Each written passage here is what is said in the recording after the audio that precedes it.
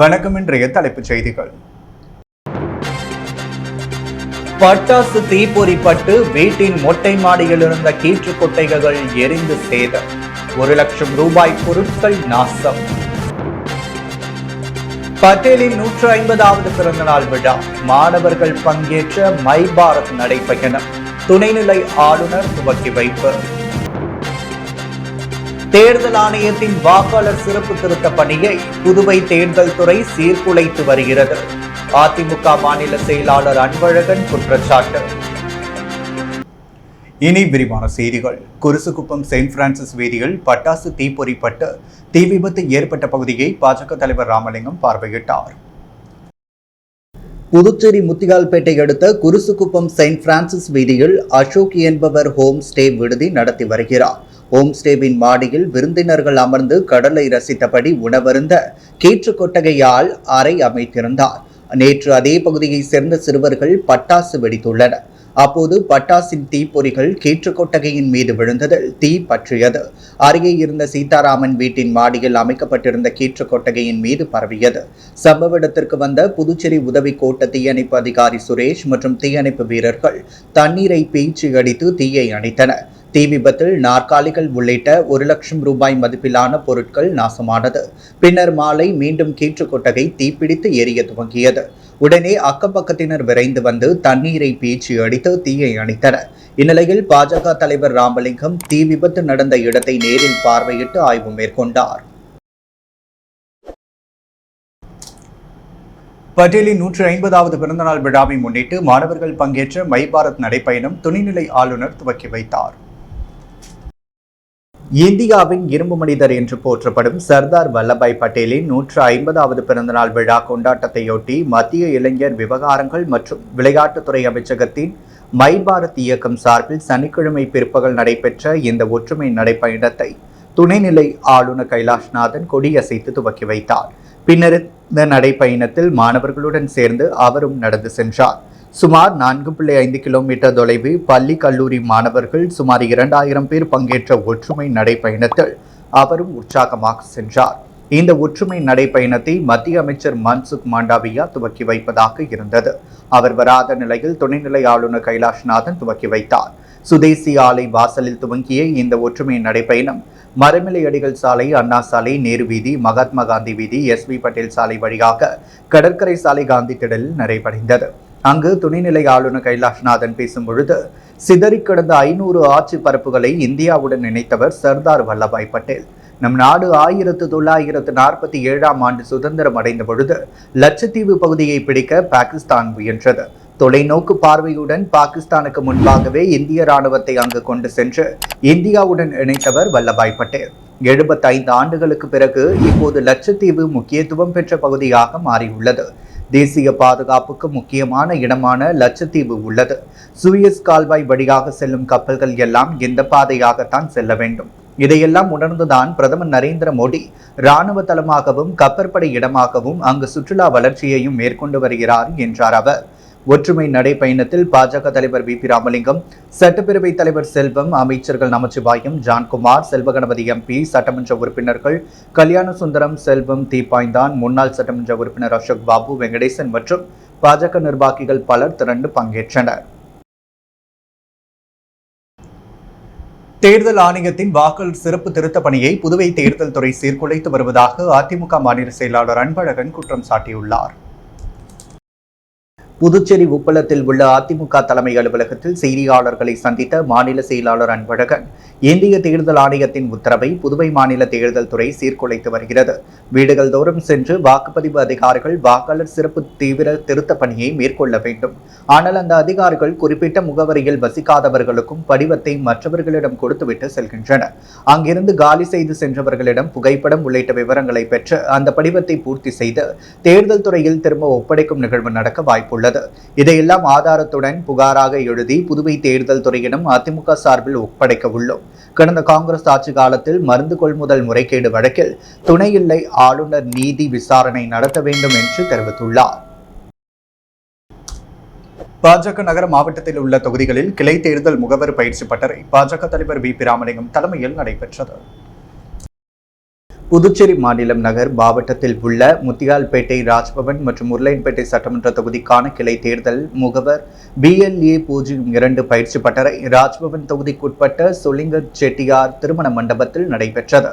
பாஜக மாநில தலைவர் VP ராமலிங்கம் தலைமையில் நடைபெற்ற இந்த பயிற்சி பட்டறைகள் முன்னாள் சட்டமன்ற உறுப்பினர் அசோக் பாபு, நகர மாவட்ட பொறுப்பாளர் ரத்னவேலு, நகர மாவட்ட தலைவர் கிருஷ்ணராஜ், பயிற்சி செல்லில் இணை பொறுப்பாளர் சக்திவேல், மாநில செயற்குழு உறுப்பினர் ஆனந்தகண்ணன், வர்த்தக பிரிவின் மாநில இணை அமைப்பாளர் மதன், நகர மாவட்ட பொதுச் செயலாளர் ஸ்ரீனிவாச பெருமாள், முன்னாள் இளைஞர் அணி பொதுச் செயலாளர் செந்தில்குமார் ஆகியோர் கலந்து கொண்டனர்.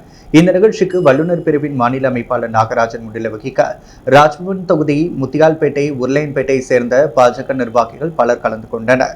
மேலும் PLO2 படிவம் சமர்ப்பிப்பது குறித்து பாஜக மாநில தலைவர் VP ராமலிங்கம், முன்னாள் சட்டமன்ற உறுப்பினர் அசோக் பாபு ஆகியோர் விளக்கம் அளித்தனர். புதுச்சேரி மாநிலம் ராஜ்பவன் தொகுதியில் காங்கிரஸ் கட்சி சார்பில் கையெழுத்து இயக்கம் நடைபெற்றது.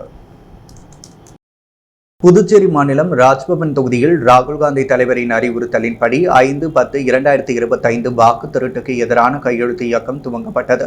இதன் தொடர்ச்சியாக ராஜ்பவன் தொகுதியில் உள்ள 24 பூத் மக்களிடம் காங்கிரஸ் நிர்வாகிகள் சென்று வாக்கு திருட்டு பற்றி எடுத்துரைத்து மக்களிடம் 14,140 கையெழுத்து பெறப்பட்டது. அதை இன்று காங்கிரஸ் கட்சி தலைமை அலுவலகத்தில் வட்டார தலைவர் ஜெரார் மற்றும் ராஜமோகன் தலைமையில் கட்சித் தலைவர் வைத்தியலிங்கம் MP, முன்னாள் முதலமைச்சர் நாராயணசாமி மூலம் RKR அனந்தராமன் கையெழுத்து இயக்கம் தலைமை பொறுப்பாளரிடம் ஒப்படைக்கப்பட்டது. இதில் PK தேவதாஸ், கிழக்கு மாவட்ட தலைவர் வேல்முருகன், காமராஜ் நகர் தொகுதி பொறுப்பாளர் மருது பாண்டியன், முன்னாள் கவுன்சிலர் குமரன் மற்றும் ராஜ்பவன் தொகுதி பொறுப்பாளர்கள் டாக்டர் விஜயகுமாரி, விநாயகமூர்த்தி, கிருஷ்ணமூர்த்தி, நாகேஷ் சேட்டு, மணிஷ் சேட்டு மற்றும் தொகுதி நிர்வாகிகள் உடனிருந்தனர். புதுச்சேரி அரசின் கலைமாமணி விருதாளர் பொறியாளர் மு. பாலசுப்ரமணியன் நடத்தி வரும் நடைவண்டி சிறுவர் கலை இலக்கிய கழகத்தின் சார்பில் நூல்கள் வெளியீட்டு விழா நடைபெற்றது.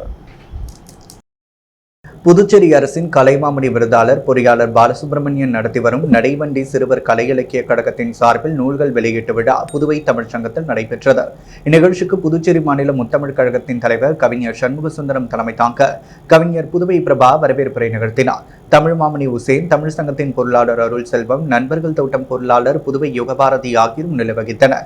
நடைவண்டி சிறுவர் கலை இலக்கிய கழகத்தின் நிறுவன தலைவர் பாலசுப்ரமணியன் நோக்கு உரையாற்ற இந்நிகழ்வில் புதுவை அரசின் பொதுப்பணித்துறை தலைமை பொறியாளர் வீரசெல்வன் கலந்து கொண்டு கலைமாமணி முருகேசன் எழுதிய புதுச்சேரி கடற்கரைகள் என்ற நூலினை வெளியிட்டார்.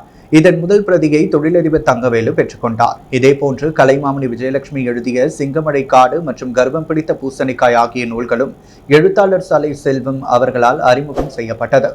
கலைமாமணி சீனு வேணுகோபால், கலைமாமணி சுந்தரமுருகன் ஆகியோர் நூல் ஆய்வு செய்தனர்.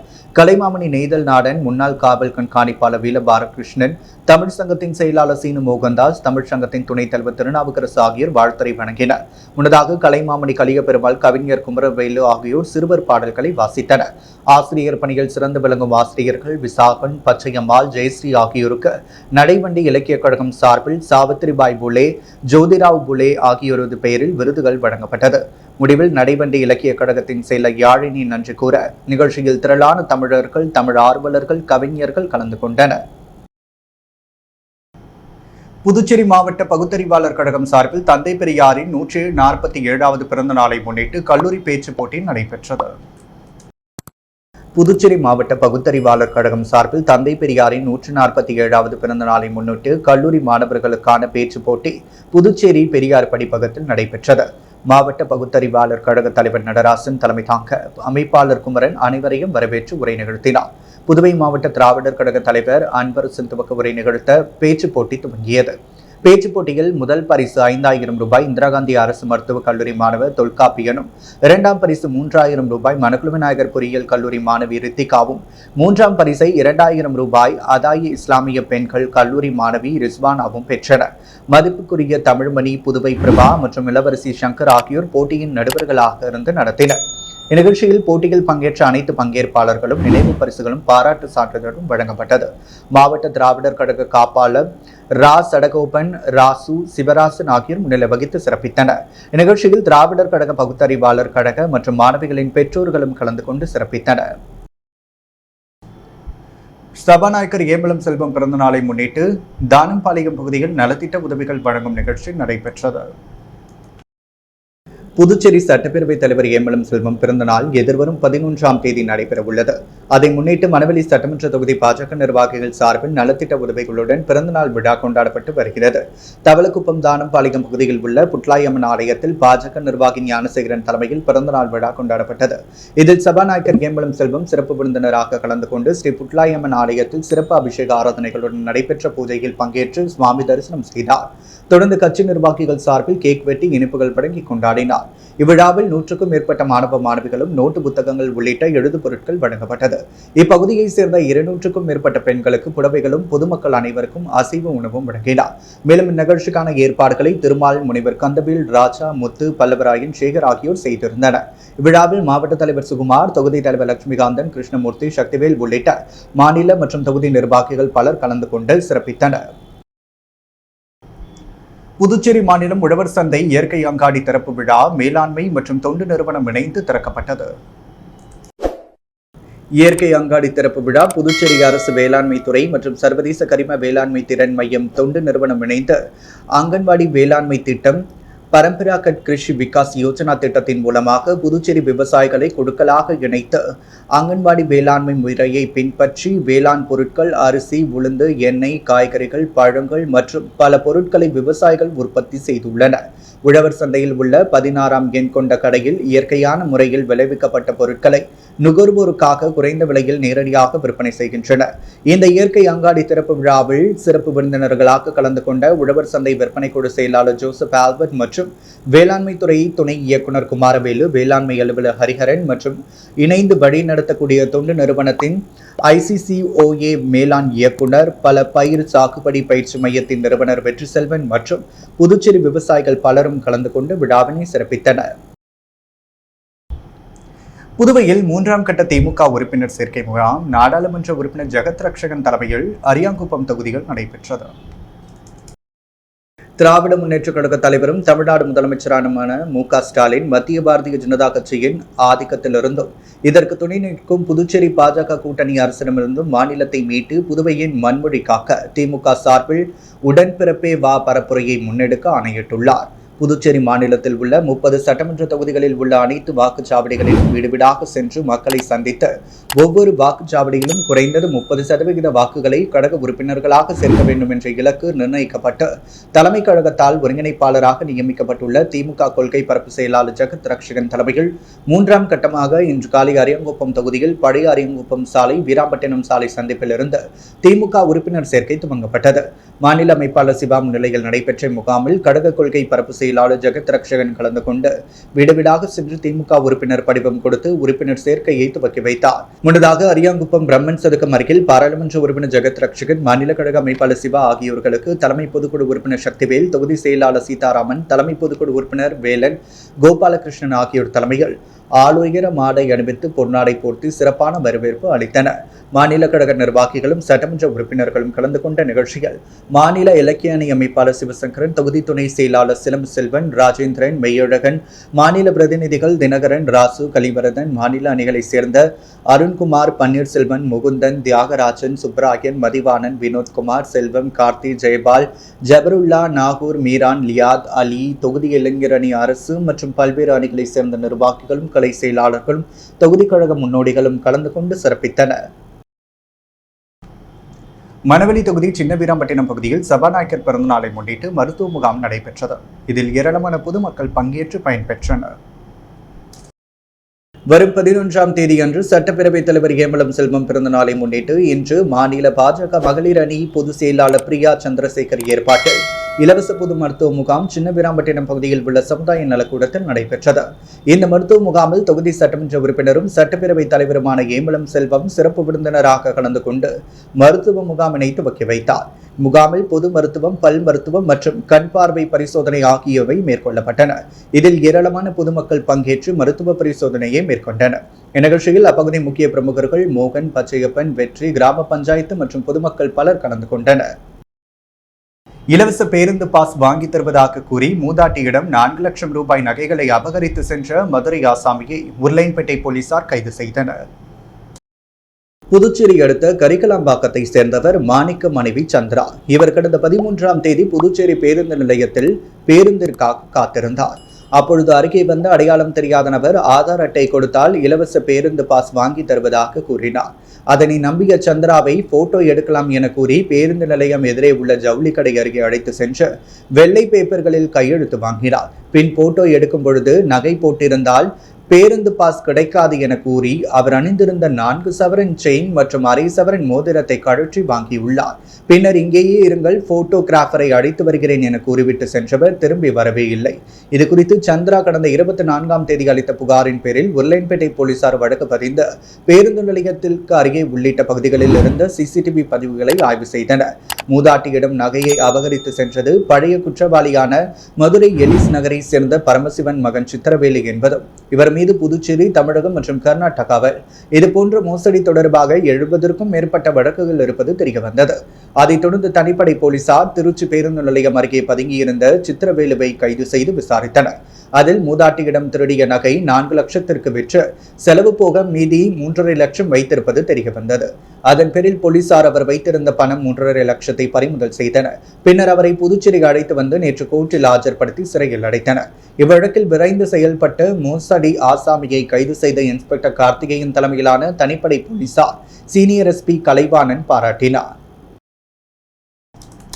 புதுவை பிராந்தியமான ஏனாம் பொதுப்பணித்துறையில் பணிபுரியும் ஊழியர்களை பணி நிரந்தரம் செய்ய வலியுறுத்தி ஊழியர்கள் கடந்த 3 நாட்களாக போராட்டத்தில் ஈடுபட்டு வருகின்றனர்.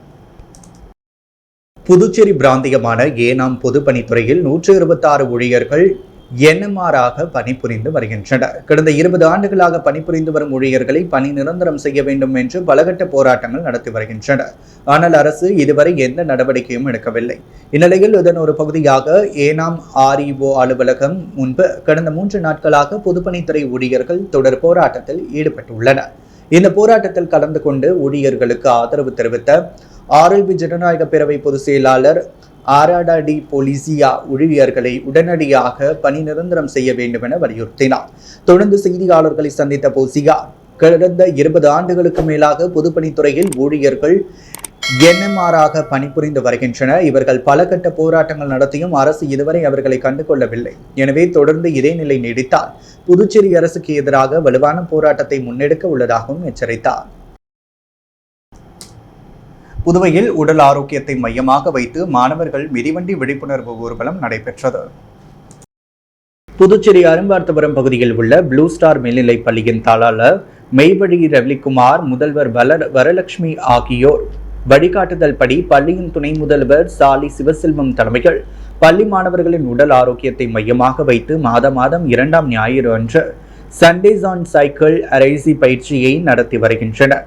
எதிர்கால இந்திய இளைஞர்களின் ஆரோக்கியத்தை மையமாக வைத்தும் கைபேசியில் ஆரோக்கியத்தை தொலைத்த வரும் கொடிய பழக்கத்திலிருந்து காப்பாற்றும் நோக்கத்தோடு இந்த விழிப்புணர்வு ஊர்வலம் நடைபெற்றது. அரும்பார்த்தபுரம் பகுதியில் துவங்கி இந்த விழிப்புணர்வு மிதிவண்டி ஊர்வலம் முக்கிய வீதிகள் வழியாக சென்று கடற்கரை சாலை காந்தி திடலை வந்தடைந்தது. நிகழ்ச்சியில் பள்ளியின் நாட்டு நலப்பணி திட்ட அலுவலர் வீரெழுத்து, என்சிசி கரிகால் வலவன், ஏஎன்ஓ ஒருங்கிணைப்பாளர் தங்கவேல், உடற்கல்வி ஆசிரியர் பார்த்தசாரதி, கணித ஆசிரியர் பார்த்திபன், 9, 10, 11, 12ஆம் வகுப்பு மாணவர்கள் மற்றும் பெற்றோர்கள் கலந்து கொண்டனர். மேலும் குணசீலன் பகுதி நேர ஆசிரியரும் கலந்து கொண்டனர். நிகழ்ச்சியில் 500க்கும் மேற்பட்ட மாணவ மாணவிகள் கலந்து கொண்டனர். உலக அமைதி தினத்தை முன்னிட்டு சர்வதேச அமைதி அறக்கட்டளை சார்பில் அமைதி பேரணி நடைபெற்றது. உலக அமைதி தினம் ஒவ்வொரு வருடமும் நவம்பர் மாதம் 21ஆம் தேதி கொண்டாடப்படும். அந்த வகையில் இந்த வருடத்திற்கான உலக அமைதி தினத்தை முன்னிட்டு சர்வதேச அமைதி அறக்கட்டளை சார்பில் அமைதி பேரணி நடைபெற்றது. இந்த அமைதி பேரணி புதுச்சேரி புதிய பேருந்து நிலையம் முன்பு துவங்கி கடற்கரை சாலை வரை நடைபெற்றது. உலக அமைதி தினத்தை முன்னிட்டு சமூகத்தில் அமைதி, ஒற்றுமை, மனிதநேயம், சகிப்புத்தன்மை ஊக்குவிக்கும் நோக்கத்தோடு இந்த பேரணி நடைபெற்றது. இப்பேரணியில் துவக்க விழாவில் சிறப்பு விருந்தினராக அறக்கட்டளையின் நிறுவனர் குருமகான், போக்குவரத்து காவல் ஆய்வாளர் நாகராஜன் ஆகியோர் கலந்து கொண்டு கொடியசைத்து துவக்கி வைத்தனர். மேலும் இந்த பேரணியில் ஏராளமான பள்ளி, கல்லூரி மாணவ மாணவிகள் உட்பட ஏராளமான பொதுமக்கள், சமூக அமைப்பினர், தன்னார்வலர்கள் பலர் கலந்து கொண்டு பதக்கங்களை கையில் ஏந்தியபடி பேரணியாக சென்றனர். மக்கள் நீதி மய்யம் தலைவர் கமல்ஹாசன் பிறந்தநாள் விழாவை முன்னிட்டு புதுவை மாநில பொதுச் செயலாளர் சந்திரமோகன் நேரில் வாழ்த்து தெரிவித்தார். மக்கள் நீதி மய்யம் தலைவர் நம்மவர் கமல்ஹாசன் எம்பியின் 71வது ஆண்டு பிறந்த நாளை முன்னிட்டு சென்னை தலைமை அலுவலகத்தில் நடைபெற்ற கட்சியின் கொடியேற்றும் நிகழ்ச்சியில் புதுச்சேரி மாநில மக்கள் நீதி மய்யம் மாநில பொதுச் செயலாளர் ஜி.ஆர். சந்திரமோகன் கலந்து கொண்டு தலைவர் கமல்ஹாசனை நேரில் சந்தித்து புதுச்சேரி மாநில மக்கள் நீதி மய்யத்தின் கட்சியினர் சார்பில் மலர் கொத்து வழங்கி பிறந்தநாள் வாழ்த்துக்களை தெரிவித்துக் கொண்டார். புதுச்சேரி மாநில இந்திய கம்யூனிஸ்ட் கட்சியில் வகித்து வரும் பொறுப்புகள் அனைத்திலிருந்தும் தன்னை விடுவித்துக் கொள்வதாக சேது செல்வம் அதிரடியாக அறிவித்துள்ளார். புதுவை மாநில இந்திய கம்யூனிஸ்ட் கட்சியின் பல்வேறு பொறுப்புகள் வகித்து வரும் ஏஐடியூசி தொழிற்சங்க செயலாளருமான தொழிற்சங்க பொதுச் செயலாளருமான சேது செல்வம் செய்தியாளர்களை சந்தித்து பேசினார். அப்பொழுது 1991 ஆண்டு முதல் இந்திய கம்யூனிஸ்ட் கட்சியின் அடிப்படை உறுப்பினராக சேர்ந்து கடந்த 35 ஆண்டு காலமாக பல்வேறு பொறுப்புகளை வகித்து வரும் தாம் தற்பொழுது அந்த காட்சியில் முழுவதுமாக விலகிக் கொள்வதாக அறிவித்துள்ளார். மேலும் அவர் தன்னுடன் சேர்த்து தட்டாஞ்சாவடி தொகுதியில் உள்ள இந்திய கம்யூனிஸ்ட் கட்சியை சேர்ந்த நிர்வாகிகள் அனைவரும் அவரவர் பொறுப்பிலிருந்து விலகிக் கொள்வதாகவும் தெரிவித்துள்ளார். இதனுடன் சேர்த்து தொழிற்சங்க பொதுச் செயலாளர் பதவியில் இருக்கும் தாம் விலகிக் கொள்வதாக அதிரடியாக தெரிவித்துள்ளார். தற்பொழுதுள்ள நிலையில் இந்திய கம்யூனிஸ்ட் கட்சி ஒரு சிலரால் தவறான வழி நடத்தப்படுவதாகவும் அவர் குற்றம் சாட்டினார். அவரது வளர்ச்சியை தடுக்க முயலும் அனைவருக்கும் இது ஒரு பாடமாக இருக்கும் என்றும் தெரிவித்துள்ளார். தாம் விலகிக் கொள்வதால் கட்சியில் உள்ள நிர்வாகிகள் அதன் காரணங்களை அறிந்து புரிந்து கொள்வார்கள் என்றும் திட்டவட்டமாக பேட்டியின் பொழுது தெரிவித்தார். காட்டேரிக்குப்பம் பகுதியில் அமைந்துள்ள 33 அடி உயர அருள்மிகு சுந்தரநாயகி உடனுரை அஷ்டலிங்கேஸ்வரர் ஆலயத்தில் திருவிளக்கு பூஜை மற்றும் 2ஆம் ஆண்டு திருக்கல்யாண உற்சவம் வெகு சிறப்பாக நடைபெற்றது.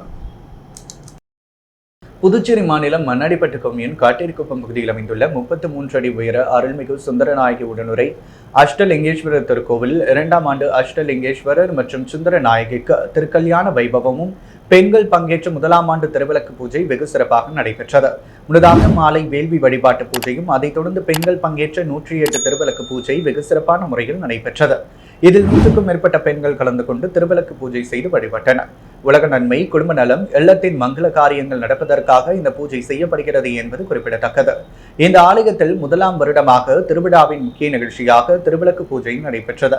முன்னதாக அம்மனுக்கு சிறப்பு அபிஷேக ஆராதனை நடைபெற்றது. தொடர்ந்து ஆலயத்தில் உள்ள அஷ்டலிங்கங்களுக்கும் அலங்காரங்கள் பூஜை செய்து வழிபட்டப்பட்டது. தொடர்ந்து சுந்தரநாயகி, அஷ்டபைரவர், நவகிரக விநாயகர், முருகப்பெருமான், வள்ளி தெய்வானை ஆகிய சுவாமிகளுக்கு அலங்காரங்கள் செய்து தீப ஆராதனை காண்பிக்கப்பட்டது. இதில் பக்தர்கள் திரளானோர் கலந்து கொண்டு சுவாமி தரிசனம் செய்தனர். ஓடைவெளி அரசு துவக்க பள்ளியில் சபாநாயகர் பிறந்த நாளை முன்னிட்டு ஓவிய போட்டி பரிசளிப்பு விழா நடைபெற்றது. சட்டப்பேரவைத் தலைவர் ஏம்பலம் செல்வம் பிறந்தநாள் விழா எதிர்வரும் 11ஆம் தேதி நடைபெற உள்ளது. அதனை முன்னிட்டு பாஜக மகளிர் அணி பொதுச் செயலாளர் பிரியா ஏற்பாட்டில் ஓடைவெளி அரசு துவக்க பள்ளியில் பாரத பிரதமர் மோடியின் வளர்ச்சி திட்டங்கள் என்ற தலைப்பில் ஓவியம் மற்றும் வண்ணம் தீட்டுதல் போட்டி நடைபெற்றது. இதில் சிறந்த படைப்புகளை தேர்வு செய்து மாணவ மாணவிகளுக்கு சிறப்பு பரிசுகள் வழங்கப்பட்டது. போட்டியில் பங்கேற்ற அனைத்து மாணவர்களுக்கும் ஆறுதல் பரிசு வழங்கப்பட்டது. மேலும் இந்த நிகழ்ச்சியில் பாரதிய ஜனதா கட்சி நிர்வாகிகள் கிருஷ்ணமூர்த்தி, தொகுதி தலைவர் லட்சுமிகாந்தன், பச்சையப்பன், ராஜ்குமார், மோகன், தங்கதுரை, ஆனந்த், தனலட்சுமி, சித்ரா, அலமேலு, பன்னீர்செல்வன், பூபாலன், சக்திவேல், ராஜன் உள்ளிட்ட நிர்வாகிகள், பொதுமக்கள் பலர் கலந்து கொண்டனர். முன்னதாக பள்ளியின் பொறுப்பாசிரியை மங்கையர்கரசி வரவேற்புரை நிகழ்த்த ஆசிரியர் கலைவாணி நன்றி உரை கூறினார். ஓவியர்கள் வசந்தம் வீரப்பன், தாயுமானவன் ஆகியோரின் முப்பரிமாண ஓவிய கண்காட்சி வண்ண அருவி கலைக்கூடத்தில் துவங்கியது. புதுச்சேரி வண்ண அருவி ஓவிய கலைக்கூடத்தில் ஓவியர்கள் வசந்தன், வீரப்பன் மற்றும் தாயுமானவன் ஆகியோர் சிறப்பு விருந்தினர்களாக மாணவர்கள், பார்வையாளர்கள் முன்னிலையில் முப்பரிமாண ஓவியத்தை வரையும் நிகழ்ச்சி நடைபெற்றது. சிறப்பு விருந்தினராக சமூக ஆர்வலர் ஆரி சேகர், திருவேங்கடம், அனிதா ரிமான், வழக்கறிஞர் மருதுபாண்டியன் ஆகியோர் கலந்து கொண்டு ஓவியர்களை பாராட்டி கௌரவித்தனர். அவரைத் தொடர்ந்து ஓவியர்கள் இருவரும் முப்பரிமாண ஓவியம் குறித்து ஓவியப்பள்ளி மாணவ மாணவிகளுடன் கலந்துரையாடினர். அதைத் தொடர்ந்து அவரது ஓவியங்கள் கண்காட்சிக்காக காட்சிப்படுத்தப்பட்டுள்ளது. இக்கண்காட்சி திங்கட்கிழமை மாலை வரை நடைபெறும் என்றும் பொதுமக்கள் பார்வைக்கும் மற்றும் விற்பனைக்கும் தெரிவிக்கப்பட்டுள்ளது. சிறப்பு விருந்தினராக கலந்து கொண்ட வழக்கறிஞர் மருதுபாண்டியன் ஓவியர்களை பாராட்டி அவர்களது ஓவியத்தை பணம் செலுத்தி பெற்றுக்கொண்டார். இந்நிகழ்ச்சியில் வண்ண அருவி ஆர்ட் கேலரி உரிமையாளர் ராஜேஷ், ஓவியர்கள் கோபால், சுகுமாரன், மணிமாறன், ஏழுமலை, சக்தி, தாசன், ராம்குமார் உட்பட பலர் கலந்து கொண்டனர்.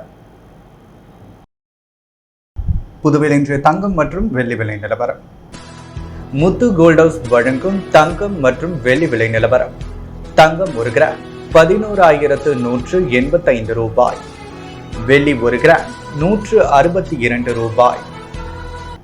மீண்டும் இன்றைய முக்கிய செய்திகள். பட்டாசு தீப்பொறிப்பட்டு வீட்டின் மொட்டை மாடியில் இருந்த கீற்று கொட்டைகள் எரிந்து சேதம். 1 லட்சம் ரூபாய் பொருட்கள் நாசம். பட்டேலின் 150வது பிறந்தநாள் விழா, மாணவர்கள் பங்கேற்ற மை பாரத் நடைபயணம், துணைநிலை ஆளுநர் துவக்கி வைப்பு. தேர்தல் ஆணையத்தின் வாக்காளர் சிறப்பு திருத்த பணியை புதுவை தேர்தல் துறை சீர்குலைத்து வருகிறது. அதிமுக மாநில செயலாளர் அன்பழகன் குற்றச்சாட்டு. இலவச பேருந்து பாஸ் வாங்கி தருவதாக கூறி மூதாட்டியிடம் 4 லட்சம் ரூபாய் நகைகளை அபகரித்து சென்ற மதுரை ஆசாமி, உருளையன்பேட்டை போலீசார் கைது செய்து சிறையில் அடைப்பு.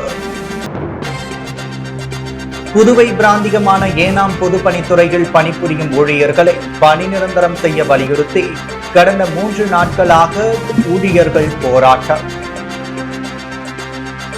இத்துடன் எஸ் மீடியாவின் செய்திகள் நிறைவடைகின்றன. வணக்கம்.